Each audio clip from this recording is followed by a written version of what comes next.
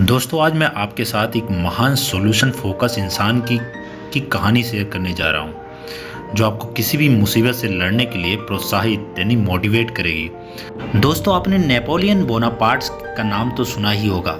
जी हाँ, वही Napoleon Bonaparte जो फ्रांस के एक महान निडर और साहसी शासक थे जिनके जीवन में असंभव नाम का कोई भी शब्द नहीं था। इसलिए मैं नेपोलियन को विश्व के सबसे महान और अजय सेनापतियों में से एक गिना जाता है। वह इतिहास के सबसे महान विजेताओं में से एक माने जाते थे। उसके सामने कोई रुक नहीं पाता था।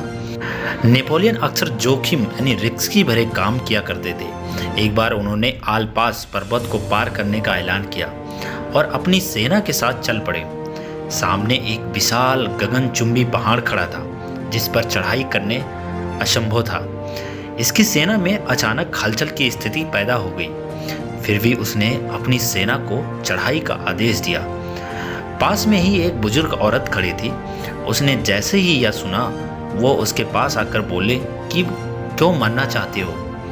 यहाँ जितने लोग भी आए हैं वो मुंह की खाकर यहीं से वापस चले गए और वो हार कर चले गए। अगर अपनी ज़िंदगी से प्यार है तो वापस चले जाओ।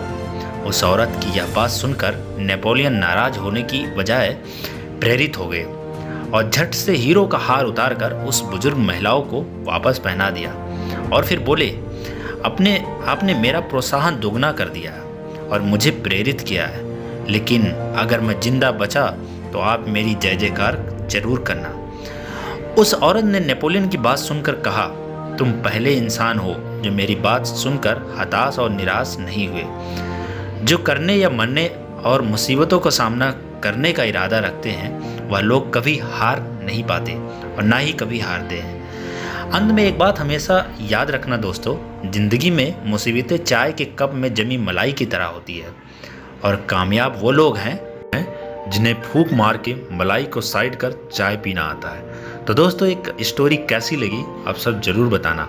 Thank you so much.